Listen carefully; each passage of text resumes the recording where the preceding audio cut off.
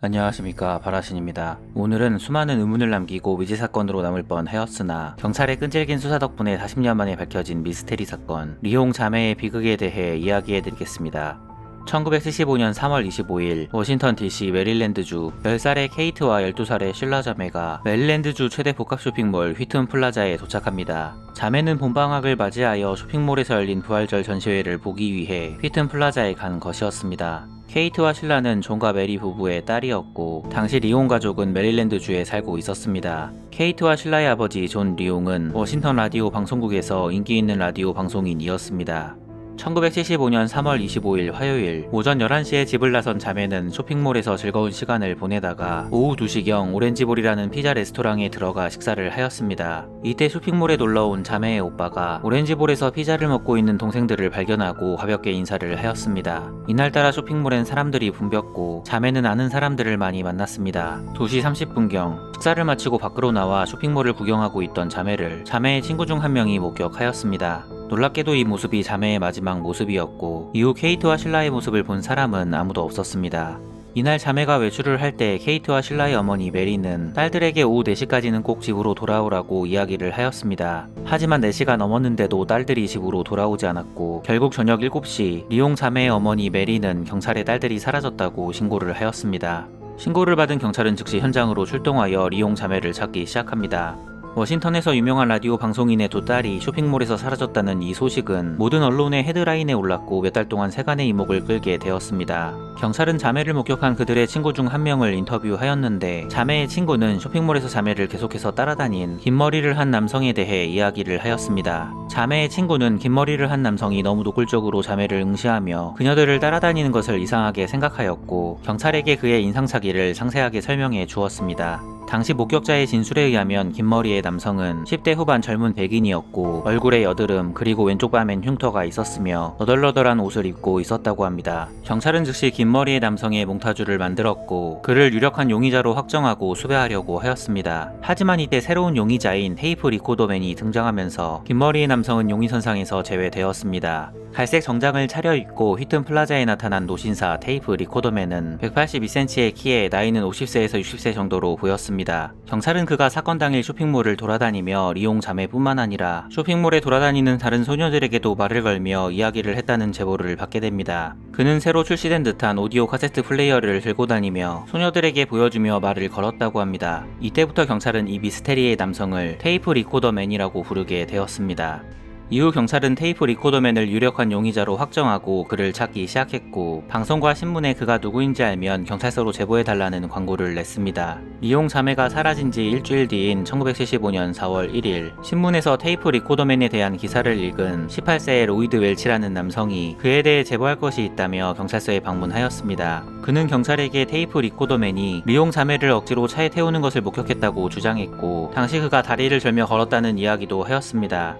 경찰은 당시 테이프 리코더맨의 정체를 레이몬드 루돌프 밀레스키라는 악명 높은 전과자라고 의심하고 있었는데 로이드 웰치가 설명한 테이프 리코더맨의 인상착의가 경찰이 의심하고 있던 용의자 레이몬드의 인상착의와 비슷하였습니다. 그리고 테이프 리코더맨과 레이몬드 둘 다 다리를 절었다는 것도 일치하였습니다. 하지만 당시 알코올 중독자였던 로이드 웰치를 신뢰할 수 없었던 경찰은 혹시나 하는 마음에 그에게 거짓말 탐지기 검사를 시행합니다. 거짓말 탐지기 검사 결과 로이드 웰치의 진술은 모두 거짓으로 드러났으며 결과가 거짓으로 나오자 로이드 웰치는 실실 웃으며 테이프 리코더맨을 보았다는 진술은 다 거짓말이었다는 황당한 주장을 하였습니다. 경찰은 즉시 로이드 웰치를 경찰서에서 쫓아내 버렸고 그를 관심을 받기 위해 이상한 행동을 하는 어리석은 청년으로 치부합니다. 그리고 화가 난 경찰은 로이드 웰치의 증언을 기록한 인터뷰 기록지 위에 거짓말이라는 단어를 쓰고 서류를 한 곳에 처박아 버렸습니다. 이후 경찰은 수많은 목격자를 인터뷰하고 제보를 받은 수백 건의 정보를 조사했습니다. 매일같이 스쿠버 다이버들은 인근 연못을 수색하였고 자원봉사자들까지 나서서 사라진 리옹 자매를 찾았습니다. 수색은 계속됐고 언론들의 관심이 극에 달하자 1975년 5월 23일 블레어리 메릴랜드 주지사 대행은 122명의 주 방위군에게 실종된 소녀를 찾기 위한 수색에 참여하라고 명령합니다. 이렇게 대대적인 수색 노력에도 불구하고 소녀들은 발견되지 않았고 수십 년 동안 경찰들은 리옹 자매 실종 사건에 매달리며 단서를 찾으려고 하였으나 결국 사건은 영원히 미제 사건으로 남게 되는 듯 보였습니다.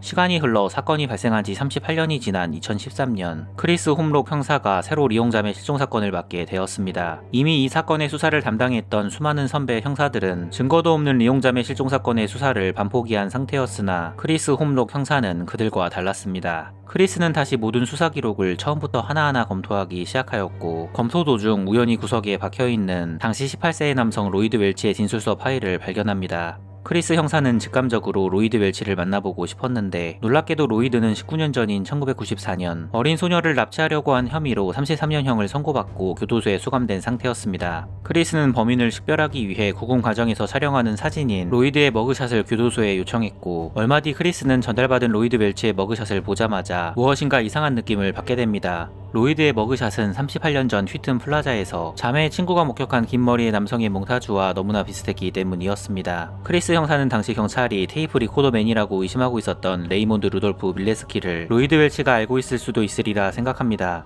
2013년 10월 16일, 크리스 형사는 동료 형사인 데이브와 함께 로이드가 수감된 교도소에 찾아가 그와 인터뷰를 하였습니다. 형사들은 로이드가 인터뷰에 응하지 않으면 어쩌나 걱정을 하였으나, 생각과 다르게 로이드는 그들을 기다렸다는 듯 미소를 보이며 당신들이 여기에 온 이유를 안다는 말을 하였습니다. 이어서 그는 실종된 이용자매를 찾고 있냐고 재차 질문하였고, 놀란 형사들은 본격적으로 그와 이야기를 시작하였습니다. 형사들은 처음에 로이드가 레이몬드 루돌프 밀레스키의 범행을 목격했거나 그의 범행을 도와준 것이라고 생각하고 그를 신문하였습니다. 인터뷰 도중 로이드는 레이몬드가 범인이 확실하다고 주장했고, 하지만 이용자매의 실종엔 자신은 아무런 관련이 없다는 말을 하였습니다.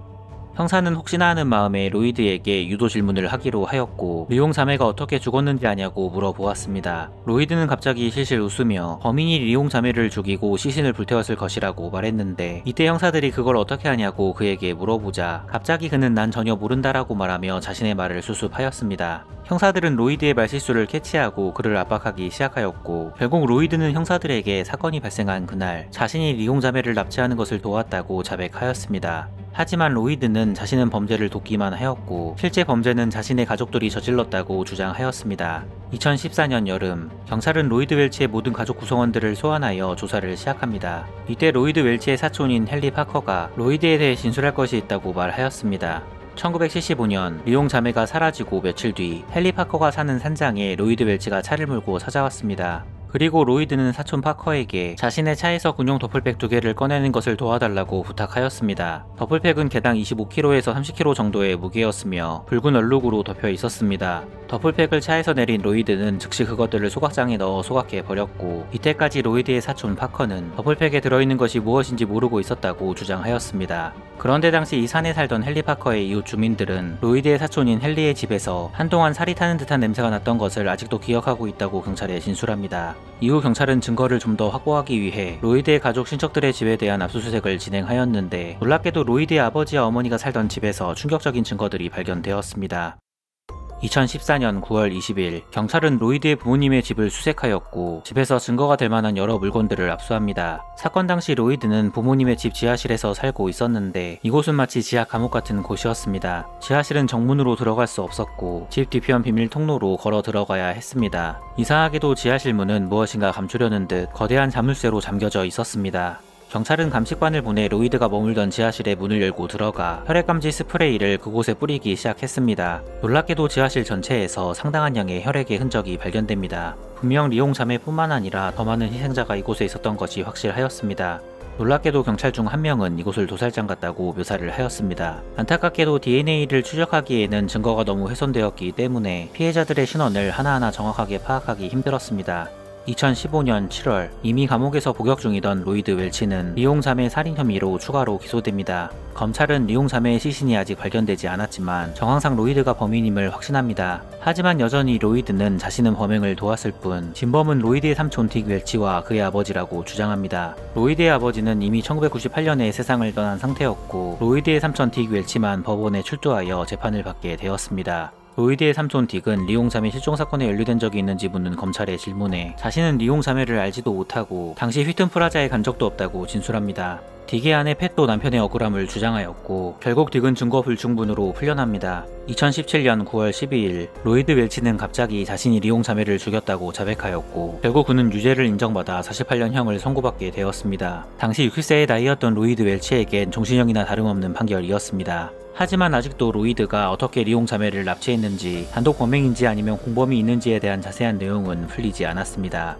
이후 로이드 웰치는 언론과의 인터뷰에서 자신은 방관자였을 뿐 리옹 자매를 납치한 것은 삼촌 딕이라고 주장하였고, 자신이 머물던 지하실은 삼촌 딕과 자신의 아버지가 수시로 범행을 저질렀던 작업장이었다는 인터뷰를 하였습니다. 그리고 로이드는 휘튼 플라자에 가본 적이 없다고 법정에서 진술한 삼촌의 진술은 완전히 거짓이라고 말하며, 당시 삼촌은 휘튼 플라자에서 경비원으로 일했으며 그곳에서 일하면서 타켓을 골랐다는 이상한 이야기를 하였습니다. 그리곤 진짜 범인을 못 잡은 경찰을 조롱하며 이 사건은 완전 범죄로 끝났다고 자랑을 하였습니다. 경찰의 노력 덕분에 리옹 자매 실종 사건은 40년 만에 해결되었지만 로이드 웰치의 마지막 인터뷰 때문에 유족들은 아직도 고통받고 있다고 합니다. 영상을 재밌게 보셨다면 구독과 좋아요 부탁드리겠습니다. 감사합니다.